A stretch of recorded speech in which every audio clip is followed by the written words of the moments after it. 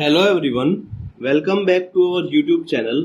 आइए कंटिन्यू करते हैं आपके प्लस टू क्लास की यूनिट सॉल्यूशन का नेक्स्ट पार्ट, जो कि है ऑस्मोसिस एंड ऑस्मोटिक प्रेशर से रिलेटेड। ठीक है, तो आइए हम देखते हैं। सबसे पहले हम बात करते हैं ऑस्मोसिस की। ठीक है, तो ऑस्मोसिस क्या है? जब किसी एक लेयर के अंदर से, ठीक है, ऑस्मोसिस से पहले हम बात करेंगे डिफ्यूजन की।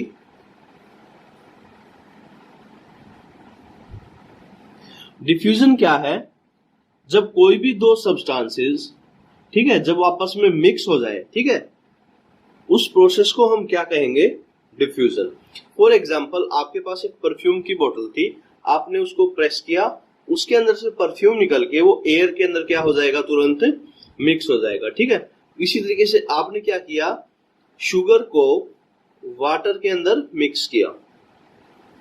ठीक है, तो वो जो प्रोसेस है आपकी, वो क्या कहलाएगी? डिफ्यूजन। क्योंकि शुगर के पार्टिकल्स जो हैं वो वाटर के पार्टिकल्स के बीच में जो ब्लैंक स्पेस है वहां पे अपने आप डिसॉल्व होना शुरू हो जाएगा। ठीक है, तो वो जो प्रोसेस है वो आपकी कहलाएगी डिफ्यूजन। पर अगर यही डिफ्यूजन किसी एक मेम्ब्रेन के थ्रू हो, ठीक है, डिफ्यूजन थ्रू ए मेम्ब्रेन,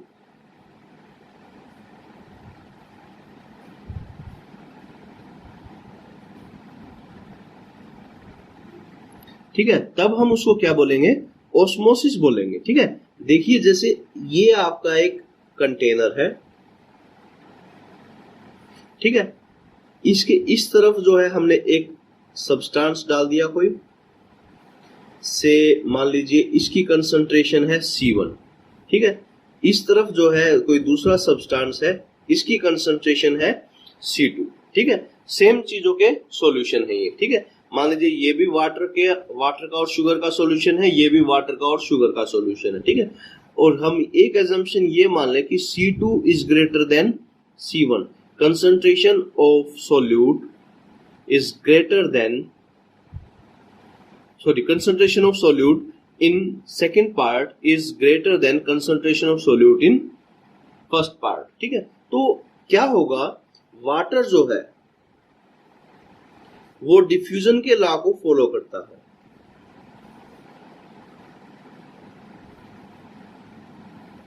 ठीक है, और डिफ्यूजन का लॉ क्या है? Flow from high concentration to low concentration.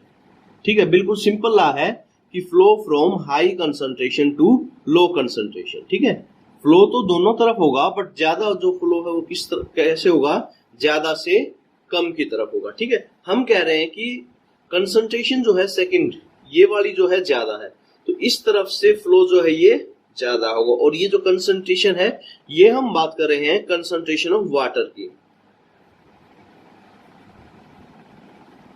ठीक है, इसकी बात करेंगे कंसंट्रेशन ऑफ वाटर की। इस बात का हम हमेशा ध्यान रखेंगे, जिस तरफ ज्यादा पानी होगा वो फ्लो करेगा कम की तरफ। ठीक है, अब एक बिल्कुल सिंपल सा एग्जांपल जो है वो आप कंसीडर कीजिए। ये एक ग्रेप है मान लीजिए, ठीक है, इसके अंदर जो है वाटर की कंसंट्रेशन कुछ भी है। हमने इसको एक कंटेनर के अंदर रख दिया जिसके बाहर जो है प्योर वाटर है।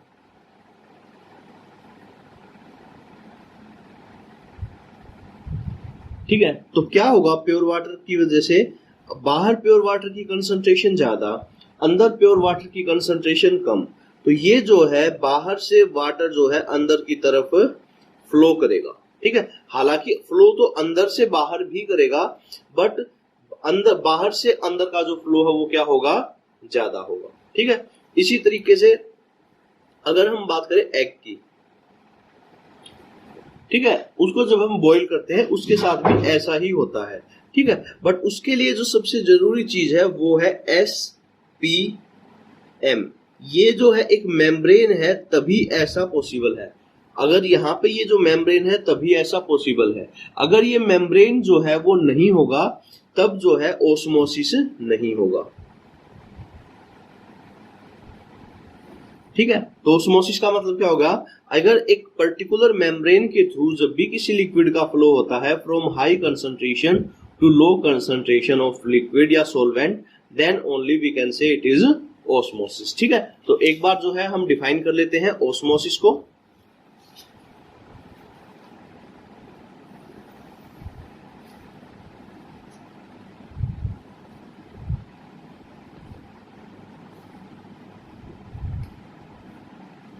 Flow of solvent from high concentration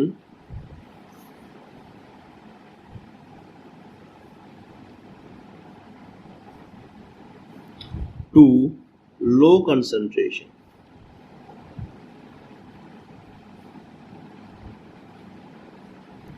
देखिए, अगर हम इतना लिखते हैं तब तो वो आपकी डेफिनेशन है डिफ्यूजन की। ठीक है, पर अगर हम लिख दें through a semi permeable membrane, ठीक है, एक स्पेशल ये मेम्ब्रेन होगा। ठीक है, खास बात क्या है, ये क्या है, एक स्पेशल मेम्ब्रेन है। अब सेमी परमिएबल मेम्ब्रेन के बारे में बात करते हैं।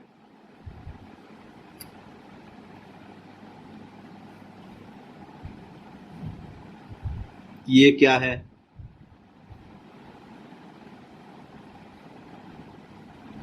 ये एक स्पेशल मेम्ब्रेन है जो कि अपने अंदर से सोल्यूट के पार्टिकल्स को मूव नहीं करने देगा। ठीक है, it does not allow the solute particles to pass through.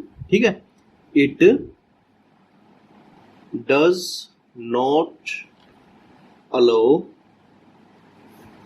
The solute particle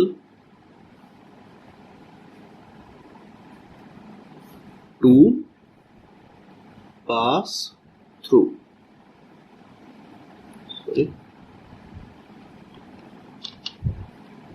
ठीक है, ये अपने अंदर से सोल्यूट के पार्टिकल्स को पास नहीं होने देगा। ठीक है, तो ये आपका ओस्मोसिस का कंसेप्ट है। हमारी बॉडी के अंदर जो है वहां पे भी ओस्मोसिस होता है। ठीक है, जैसे कि अगर हम बात करें हमारी जो लार्ज इंटेस्टाइन है वो वाटर को एब्जॉर्ब करती है, वो भी एक ओस्मोसिस का एग्जांपल है आपका। ठीक है, तो अब बात करते हैं ओस्मोटिक प्रेशर की।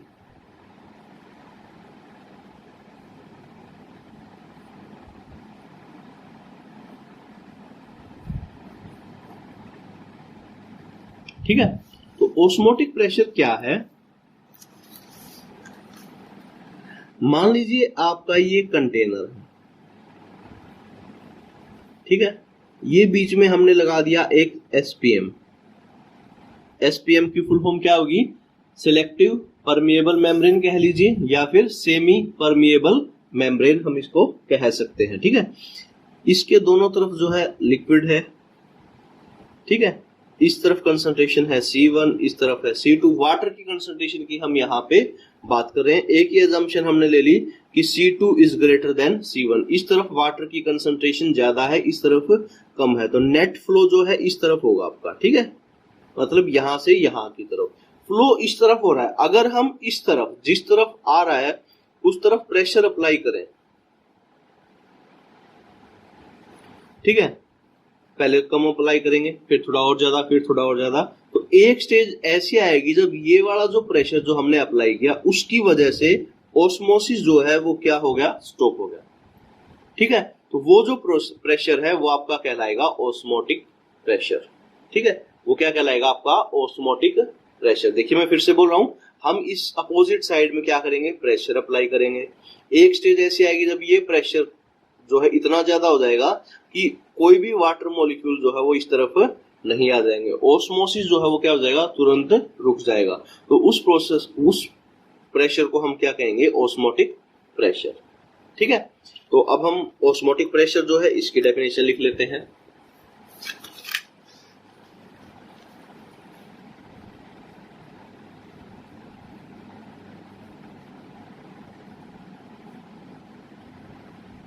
क्या है osmotic pressure, it is the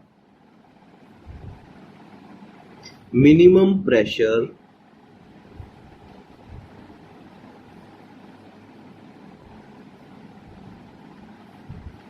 to be applied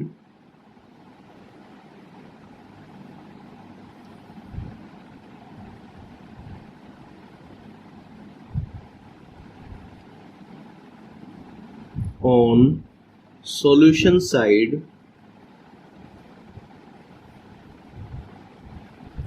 so that osmosis just stop, कि क्या हो जाए, ओस्मोसिस रुक जाए। अगर हम ओस्मोटिक प्रेशर से ज्यादा प्रेशर अप्लाई कर देते हैं तब क्या होगा उस केस में,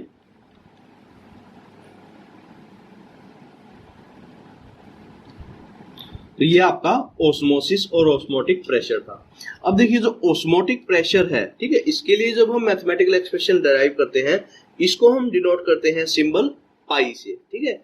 और ये जो पाई है ये आपकी आती है CRT के इक्वल। देखिए हमने प्रीवियस क्लास में पढ़ा था 11th क्लास में कि PV is equal to NRT, तो P को हम ऐसे लिख सकते हैं N/V/RT, ठीक है। N नंबर ऑफ मोल्स और V जो है वॉल्यूम, और number of moles per unit volume जो है वो आपकी क्या होती है, कंसंट्रेशन। तो ये होगा आपका CRT और इस तरफ P को P से डिनोट करने की जगह हमने इस बार सिंबल चेंज कर दिया, उसका क्या लिख दिया, पाई, ठीक है। अब देखिए पाई जो है वो किसके इक्वल हो गया आपका, CRT के। तो C किसके इक्वल है आपका, number of moles divided by volume, ठीक है। अब देखिए नंबर ऑफ मोल्स कैसे निकालते हैं, फिर वही तरीका हमारा। अब देखिए यहां से हम एक बात और कह सकते हैं कि pi is equal to N/V/RT, तो हम कह सकते हैं कि pi is proportional to N, therefore it is a colligative property, ठीक है। यही तो हमारी कोलिगेटिव प्रॉपर्टी की डेफिनेशन थी कि अगर कोई प्रॉपर्टी जो है वो नंबर ऑफ मोल्स के ऊपर डिपेंड करती है तो हम उसको क्या कहेंगे कि वो एक कोलिगेटिव प्रॉपर्टी है, ठीक है। अब देखिए अब आगे हम बात करें कि नंबर ऑफ मोल्स कैसे निकालेंगे, given mass by molar mass करके। तो pi is equal to weight of solute divide by molar mass of solute.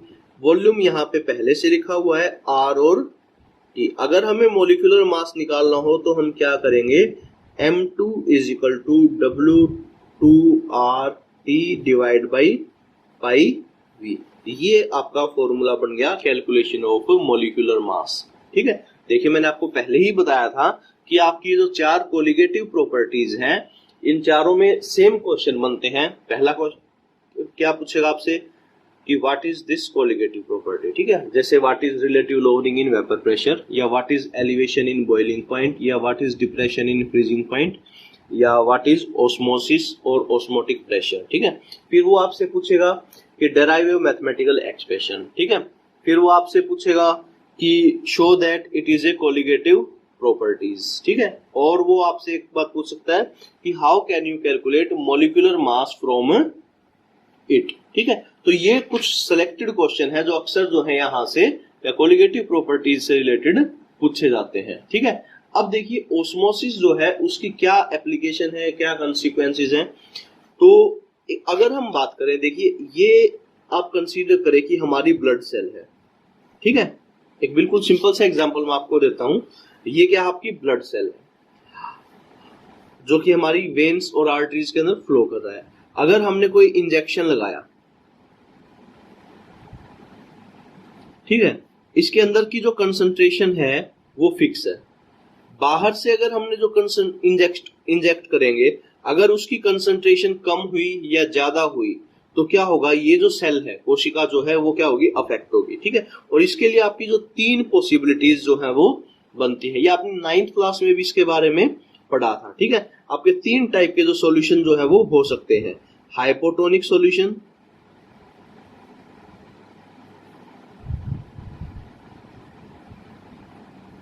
Isotonic solution,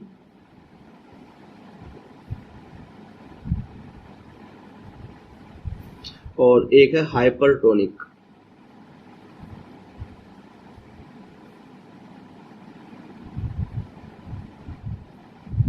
ठीक है। अब देखिए सबसे पहले अगर हम बात करें हाइपोटोनिक सॉल्यूशन की, मतलब बाहर की जो कंसंट्रेशन है वो क्या होगी, ज्यादा होगी, ठीक है। अंदर की कंसंट्रेशन जो है वो क्या होगी, कम होगी। तो क्या होगा, अंदर की कंसंट्रेशन कम है, बाहर की कंसंट्रेशन ज्यादा है, तो बाहर से फ्लो अंदर की तरफ होगा और जो सेल है वो क्या होगी, स्वेल करेगी, फैल जाएगी वो सेल। ठीक है, सेल जो है वो क्या होगी, फैलेगी, एक्सपेंड होगी और वो बर्स्ट हो जाएगी, फट जाएगी। ठीक है, जिसकी वजह से हमारी आर्टरीज और वेन के अंदर ब्लड जो है वो फ्लो नहीं कर पाएगा। ठीक है, तो ऐसा सॉल्यूशन हमें नहीं लगवाना चाहिए। ठीक है, दूसरा है आइसोटोनिक सॉल्यूशन जो कि हम यूज करते हैं 0.9%। ठीक है, मास बाई वॉल्यूम हम यूज करते हैं। ठीक है, मतलब कि 1 लीटर के अंदर 0.9 ग्राम सॉल्यूशन जो है वो यूज करते हैं सोडियम क्लोराइड का। उस बोतल के ऊपर आपने देखा होगा कैपिटल लेटर्स में NS लिखा हुआ होता है। ठीक है, जिसका मतलब ही यही होता है कि वो स्टैंडर्ड सॉल्यूशन है आपका, जिसकी कंसंट्रेशन कितनी है, 0.9%। ठीक है, और तीसरा आपका हाइपरटोनिक सॉल्यूशन, इसमें कंसंट्रेशन क्या होगी, कम होगी। तो जो कंसंट्रेशन कम है इससे क्या फायदा होगा, सॉरी क्या नुकसान है इससे, अगर कंसंट्रेशन कम है तो अंदर का जो फ्लूइड है वो क्या होगा, बाहर आना शुरू हो जाएगा, सेल जो है वो क्या हो जाएगी, श्रिंक हो जाएगी, सिकुड़ जाएगी। ठीक है, तो ये जो है आपकी ऑस्मोसिस जो है उसकी एप्लीकेशंस है। ठीक है, कि ऑस्मोसिस का क्या रोल है, या ऑस्मोसिस जो है उससे हम क्या कर सकते हैं। ठीक है, अब देखिए एक एप्लीकेशन, एक क्वेश्चन और जो है वो यहां से बनता है, वो क्वेश्चन है एडेमा का। ठीक है, कि what explain the condition of oedema. ठीक है, देखिए वो मैं आपको बता देता हूं।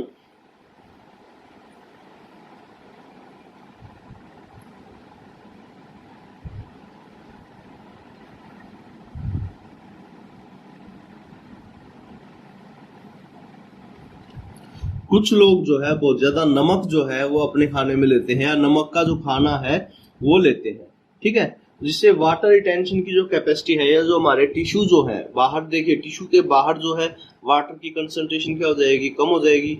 ठीक है, अंदर जो है टिश्यू के अंदर वाटर की कंसंट्रेशन जो है वो क्या होगी, ज्यादा होगी। ठीक है, तो ये जो कंडीशन होती है इसकी वजह से जो है ऑस्मोसिस होगा और वो जो है स्वेलिंग होगी वहां पे। ठीक है, वो कंडीशन क्या कहलाएगी, एडेमा कहलाएगी। ठीक है, तो ये आपका एक क्वेश्चन यहाँ पे बनता है। इसके अलावा एक रिवर्स ऑस्मोसिस जो है उसकी एक एप्लीकेशन है आपकी, एप्लीकेशन ऑफ रिवर्स ऑस्मोसिस की, जो साल्ट वाटर होता है हमारा, ठीक है, समुद्र का जो पानी होता है उसके टेस्ट को जो है, उसके अंदर बहुत ज्यादा नमक होता है, उसको हम कैसे सेपरेट करें। ठीक है, एक तो नेचुरल मेथड है कि सनलाइट जो है जब उसके ऊपर गिरती है तो वाटर जो है इवेपोरेट हो जाता है, इवेपोरेशन से ऐसा होता है। ठीक है, देखिए दूसरा मेथड क्या है, ये आपका एक चैम्बर होगा जिसके अंदर जो है हम क्या डाल देंगे, साल्ट वाटर डाल देंगे। ठीक है, ये है एक SPM। ठीक है, और यहां से हमने क्या किया, एक आउटलेट निकाला और एक आउटलेट जो है आपका मान लीजिए ये है। ठीक है, देखिए इस तरफ हम डालेंगे साल्ट वाटर, इस तरफ हम डालेंगे प्योर वाटर, इस तरफ साल्ट वाटर, इस तरफ प्योर वाटर। तो रूल के हिसाब से प्योर वाटर है इस तरफ, ज्यादा कंसंट्रेशन है पानी की, तो फ्लो कहां पे होगा, यहां पे। ठीक है, पर हम क्या करेंगे, इस तरफ जो है प्रेशर अप्लाई करेंगे। जब प्रेशर अप्लाई करेंगे, धीरे धीरे प्रेशर को इंक्रीज करेंगे, तो एक स्टेज ऐसी आएगी कि इसके ऊपर लगने वाला प्रेशर इतना ज्यादा हो जाएगा कि ये जो फ्लो है क्या हो जाएगा, रुक जाएगा। उस प्रोसेस को हमने क्या नाम दिया, ऑस्मोटिक प्रेशर। और जब हम ये जो प्रेशर है इसको बढ़ा के ऑस्मोटिक प्रेशर से भी ज्यादा कर दें, ठीक है, if this pressure is more than osmotic pressure, तो क्या होगा, फ्लो का जो डायरेक्शन है वो क्या हो जाएगा, उल्टा हो जाएगा, रिवर्स हो जाएगा, इस तरफ से इस तरफ ज्यादा फ्लो होगा। अब और सोल्यूट के पार्टिकल तो आ नहीं सकते, मतलब कि नमक के पार्टिकल तो इस मेम्ब्रेन को क्रॉस कर ही नहीं सकते, तो यहाँ पे वाटर के जो पार्टिकल है वो क्या होंगे, इस तरफ आ जाएंगे, और इस चैम्बर में क्या बचेगा, सिर्फ साल्ट वाटर बचेगा। प्योर वाटर जो है, जैसे जैसे प्योर वाटर बनता जाएगा हम उसको क्या कर लेंगे, बाहर निकाल लेंगे। ठीक है, तो ये जो है आपका ऑस्मोसिस और ऑस्मोटिक प्रेशर से रिलेटेड आर्टिकल था। ठीक है, अब हम बात करते हैं एबनॉर्मल मॉलिक्यूलर मास की, या एबनॉर्मल मोलर मास की। ठीक है, देखिए एबनॉर्मल मोलर मास क्या है।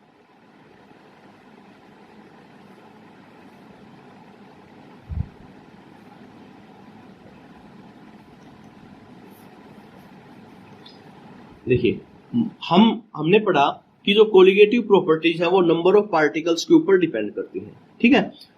तो नंबर ऑफ पार्टिकल्स के ऊपर डिपेंड करें और मान लीजिए कि सारे के सारे पार्टिकल्स जो है वो उस तरीके से रिएक्ट ना कर रहे हो, उस तरीके से बिहेव ना कर रहे हो जैसा हम सोच के चले हुए हैं, तो उसकी वजह से जो है हम हमारी जो एक्चुअल वैल्यू है, ठीक है, हमने जो वैल्यू कैलकुलेट की और जो एक्चुअल वैल्यू है उसमें क्या आ जाएगा, डिफरेंस होगा। ठीक है, तो वही जो है बिहेवियर जो है वो क्या कहलाएगा, आपका एबनॉर्मल बिहेवियर। ठीक है, तो एबनॉर्मल मोलिकुलर मास की जो है अब हम यहाँ पे बात करते हैं। ठीक है, तो देखिए मान लीजिए कोई सॉल्यूशन हमने बनाया जिसके अंदर हमने यूज किया KCl, ठीक है, पोटेशियम क्लोराइड। इसका मोलिकुलर मास आपका 1 मोल का मास जो है वो है 74.5 ग्राम। हम ये मान के चले कि KCl का एक मॉलिक्यूल रिएक्ट कर रहा है, बट जैसे ही हम इसका सॉल्यूशन बनाएंगे ये आपका टूट जाएगा K पॉजिटिव और Cl नेगेटिव में। हम तो इसको 1 मोल मान के चले थे, बट एक्चुअल में 1 मोल इसका मिल जाएगा हमें और 1 मोल इसका मिल जाएगा।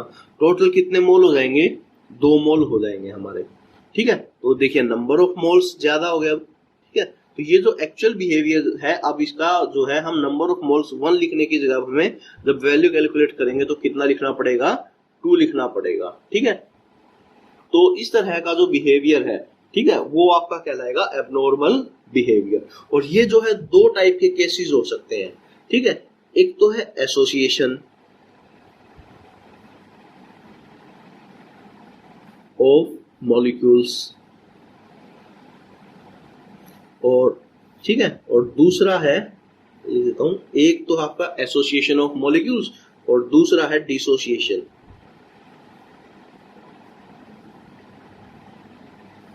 Of molecules. देखिए फर्स्ट जो एग्जांपल मैंने आपको दिया वो इसी का था, डिसोशिएट का, कि जो मॉलिक्यूल है हमारे वो क्या हो गए, डिसोशिएट हो गए, टूट गए। इसी तरीके से अगर मैं NaCl लूं तो वो भी क्या होगा, आपका डिसोसिएशन का एग्जांपल होगा। Na पॉजिटिव और Cl नेगेटिव में वो टूट जाएगा। अगर एसोसिएशन की बात करें, मैंने एक मॉलिक्यूल लिया CH3C डबल बॉन्ड O और OH, ठीक है, ऐसा ही एक और molecule COH double bond O CH3, 2 molecules मैंने इथेनोइक एसिड के लिए। ये हाइड्रोजन इलेक्ट्रोनेगेटिव एलिमेंट के साथ जुड़ा, यहाँ पे इसके ऊपर डेल्टा नेगेटिव चार्ज, ये डेल्टा पॉजिटिव, ये ऑक्सीजन है तो डेल्टा नेगेटिव, इसके साथ पार्शियल बॉन्ड बना लेगा, ये भी पार्शियल बॉन्ड बना लेगा। एक्चुअल में तो ये 2 मॉलिक्यूल थे, एक ये मॉलिक्यूल और एक ये मॉलिक्यूल, बट अब क्या हो गया, ये दोनों जुड़ गए, एसोसिएट हो गए। ठीक है, तो अब इनके नंबर ऑफ मॉलिक्यूल्स 2 ना लेके हमें कितना लेने पड़ेंगे, 1। ठीक है, सोडियम पोटेशियम क्लोराइड वाले केस में 1 ना लेके 2 लेने पड़े डिसोसिएशन की वजह से। इस केस में एसोसिएशन की वजह से जो है 2 मॉलिक्यूल्स को हमें 1 कंसीडर करना पड़ेगा। ठीक है, तो ये इसकी वजह से जो कंसेप्ट आपका डेवलप होगा वो कहलाएगा आपका एबनॉर्मल मोलर मास। ठीक है, तो वानथोफ ने 1880 में हमें एक कंसेप्ट दिया, एक फैक्टर दिया जिसको हम वानथोफ फैक्टर के नाम से जानते हैं। आई से हम इसको डिनोट करेंगे। ठीक है, तो इसका यूज करने का क्या फायदा होगा कि हमें सारे के सारे डेरिवेशंस जो है वो दोबारा नहीं करने पड़ेंगे, हम डायरेक्टली जो है क्या कर सकेंगे, उसको सोल्व कर सकेंगे। ठीक है, तो सबसे पहले आई की जो वैल्यू है वो हमारी होगी नॉर्मल मोलर मास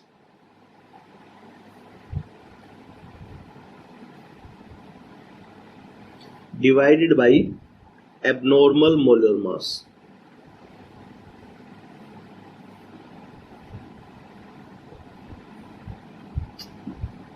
ठीक है, या फिर आप ऐसे लिख लीजिए कि observed colligative property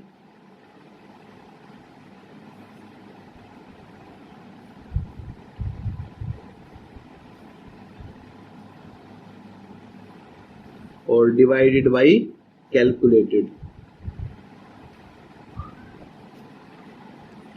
colligative property, observe divide by calculated. ठीक है, तो ये जो है आपके क्या होंगे, आई की वैल्यू होगी। वानथोफ फैक्टर के नाम से हम इसको जानेंगे। जैसे मान लीजिए KCl है आपका, ठीक है, ये टूटा कितने में, 1 से कितने में टूट गया, ये आपका 2 में, तो इसके लिए वानथोफ फैक्टर की वैल्यू सिंपली जो है वो कितनी आ जाएगी, 2 आ जाएगी। ठीक है, इसी तरीके से अगर मैं कहूं कि MgCl2, तो इसके लिए वन टू फैक्टर की वैल्यू कितनी होगी 3। देखिए ये टूटेगा, एक तो Mg2 पॉजिटिव में और 2 आयन्स मिल जाएंगे Cl नेगेटिव के, तो एक आयन ये मिल गया, 2 आयन ये मिल गए, तो इसके लिए वन टू फैक्टर की जो वैल्यू है वो कितनी आ जाएगी आपकी, टोटल 3 आ जाएगी। ठीक है, अब देखिए जो हमारी 4 कोलिगेटिव प्रॉपर्टीज थी उनके ऊपर क्या फर्क पड़ेगा इस चीज का। ठीक है, देखिए सबसे पहले हमने पढ़ी थी relative lowering in vapour pressure. क्या थी वो, P01 minus P1 divide by P10 is equal to N2 divide by N1। ठीक है, या इसको सिंपली X2 हमने वहां पे लिखा था, इसको आप क्या करते हैं I के साथ मल्टीप्लाई करते हैं। ठीक है, तो ये आपकी फर्स्ट कोलिगेटिव प्रॉपर्टी के लिए आप यूज करेंगे इसको। ठीक है, उसके बाद दूसरी कोलिगेटिव प्रॉपर्टी थी हमारी एलिवेशन इन बॉइलिंग पॉइंट, उसको हमने कैसे पढ़ा था, delta TB is equal to KB into M। इसको भी क्या करें आप I से मल्टीप्लाई कर दें। ठीक है, ये करेक्ट एक्सप्रेशन है आपका। ठीक है, उसके बाद अगर हम बात करें तीसरी कोलिगेटिव प्रॉपर्टी की, तो तीसरी कोलिगेटिव प्रॉपर्टी आपकी डिप्रेशन इन फ्रीजिंग पॉइंट, वो है delta TF is equal to KF into M। इसको भी क्या करते हैं I से मल्टीप्लाई करते हैं। और चौथी कोलिगेटिव प्रॉपर्टी जो हमने इसी वीडियो में पढ़ी, osmotic pressure, pi is equal to CRT, इसको भी हम क्या कर देंगे I से मल्टीप्लाई कर देंगे, या फिर इसको हमने ऐसे पढ़ा था कि is equal to I into C की जगह N2 बाई VRT। ठीक है, तो ये जो है आपके ऑस्मोटिक प्रेशर और एब्नॉर्मल मॉलिक्यूलर मास का कंसेप्ट था। ठीक है, तो इसके साथ जो है आपकी ये यूनिट जो है कंप्लीट हो गई। ठीक है, थैंक यू, आई होप कि आपको सब कुछ समझ में आया।